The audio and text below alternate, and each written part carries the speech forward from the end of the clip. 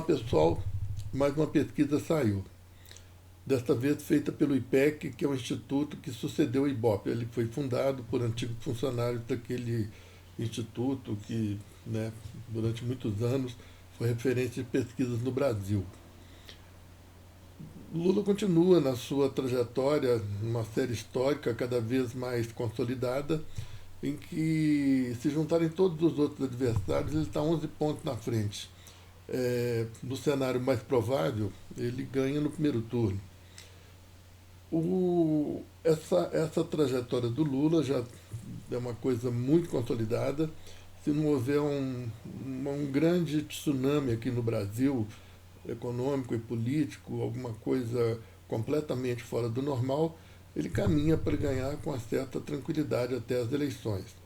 As pesquisas, elas mostram de fato o que acontece na alma do povo brasileiro. Tanto dessa população que está saindo às ruas, quanto dessa maioria silenciosa que, na verdade, é quem vai decidir as eleições. E é cada vez mais reduzida a possibilidade de surgir uma alternativa a isso aí. E a situação não caminha para isso. E não caminha para isso, inclusive, porque a situação econômica é cada vez pior. E isso afeta a população. Aquele velho mantra do assessor do Clinton, economia idiota, isso é uma coisa fundamental. Por mais que as pessoas sejam seduzidas por conversas paralelas que tentam desviar a atenção da questão econômica, é uma coisa que um cientista político que eu acho muito interessante, o Adam Przewozki, observava, que a direita sempre tenta desviar a atenção, porque se ela for colocar o verdadeiro programa dela, ela vai perder votos. Ele observou isso aí quando ele estudou, o começo da inversão das tendências políticas na Europa, que durante um grande período foi dominada pelo crescimento da esquerda, que propõe um projeto popular. Isso, junto com os movimentos sindicais e tudo mais, levava uma perspectiva de que a esquerda ela ia se cristalizar no poder.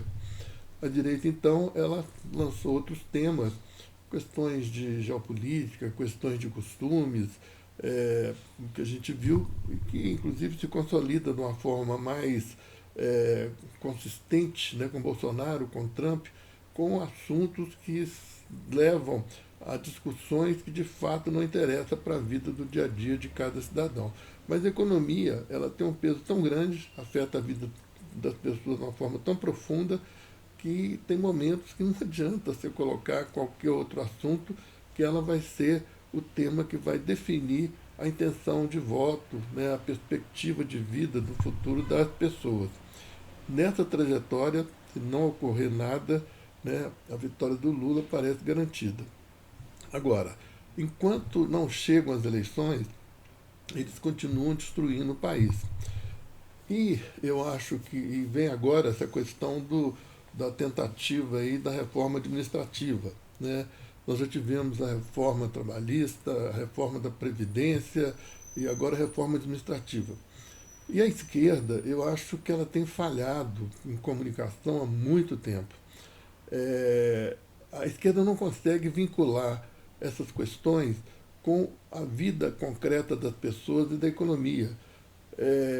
A esquerda ela combate isso, os sindicatos, de uma forma muito corporativa e muito, vamos dizer assim, fechada, muito ortodoxa, até mais que isso, de uma forma muito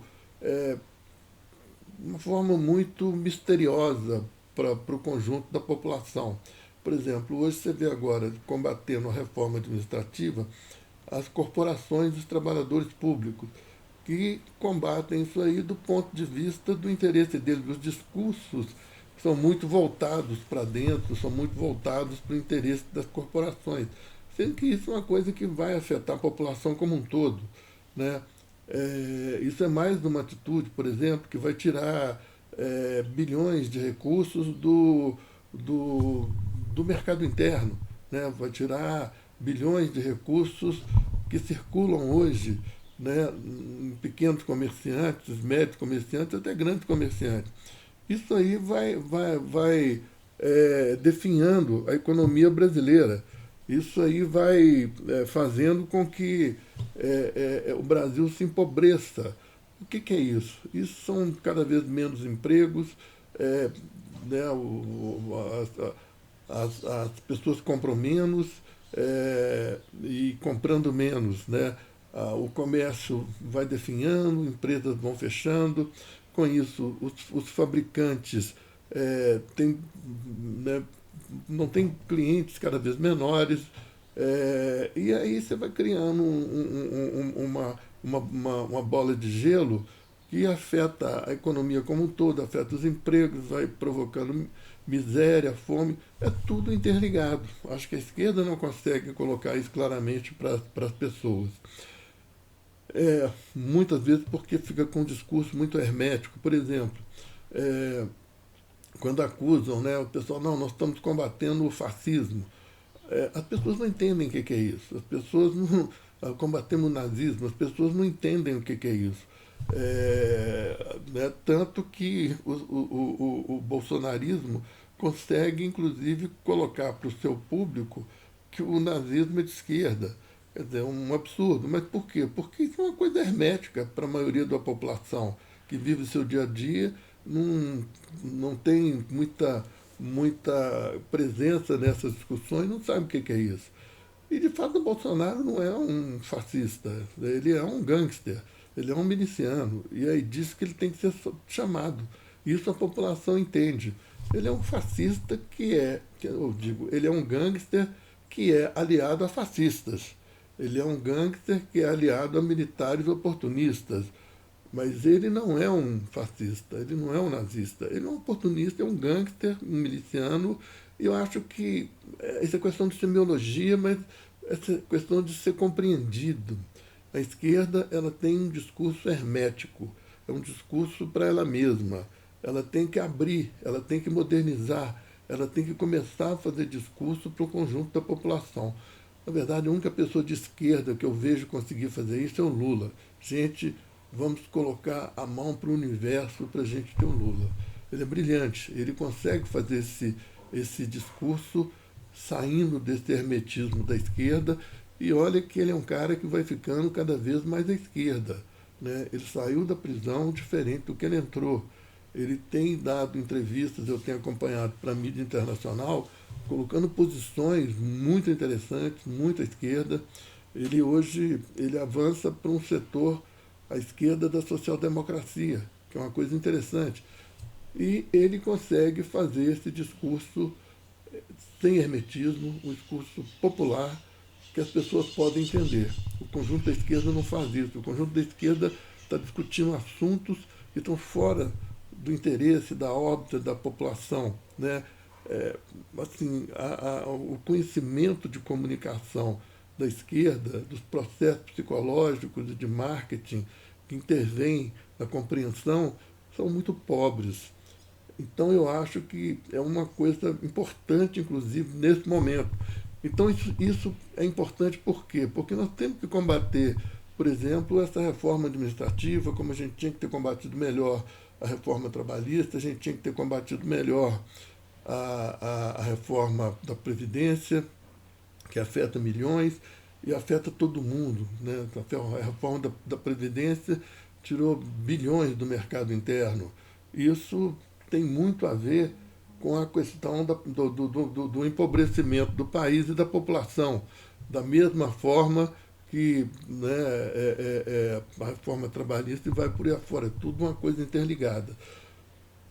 Isso é por quê? Porque existe um projeto de país, né, que hoje, né, o principal setor econômico é o agronegócio, que tem um projeto de país, né, que considera um país, o Brasil, um país funcional com 40 milhões de pessoas. O resto é descartável. Por quê? Porque eles não precisam de mão de obra extensiva. Eles não precisam de. Inclusive, eles não precisam nem de consumidores aqui no Brasil, porque eles exportam. Né? Então, são questões que a esquerda não tem sabido trabalhar. Né? Ela não tem conseguido fazer uma comunicação que seja compreensível pela maioria dos brasileiros. Mas nós precisamos intervir nisso aí, porque o que vai deter isso aí é o medo dos deputados de não voltarem para Brasília. Isso nós vamos fazer como? Ir para a rua. Dia 2 é fundamental. E dia 2 ela tem que ser grande. E outro momento depois do dia 2 tem que ser maiores ainda. E só nós vamos conseguir fazer isso ampliando, chamando mais pessoas, porque a gente já viu que o limite que a esquerda tem. A gente tem feito um monte de manifestações, o limite da esquerda é aquele. Então é fundamental isso que o PT tem tentado fazer sob orientação do Lula, de conversar, pelo menos agora inicialmente, com os outros partidos da esquerda, com o PSB, com o PDT, com o PCdoB, com o PSOL. O PSOL, inclusive, já estava, o PCdoB já estava, mas ampliando para esses outros, e tentando convencer mais gente, tentando, inclusive, atrair novos partidos, tentando atrair novas organizações.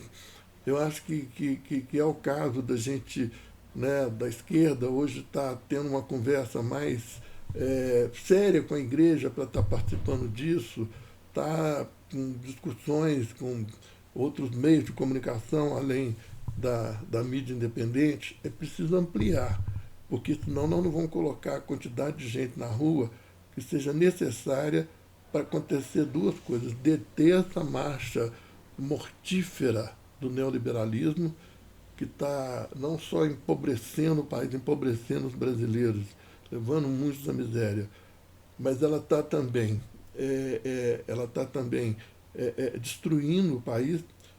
E, ao mesmo tempo, a gente tem que estar colocando hoje claramente o fora Bolsonaro, porque enquanto ele estiver aí, né, nós vamos estar nessa situação de que a pandemia vai continuar, de que esses desacertos, esses que envergonham o Brasil e colocam a gente fora do cenário internacional, vão continuar. Agora, a esquerda sozinha não faz isso. Nós vamos ter que ampliar. Gente, muito obrigado. Um abraço.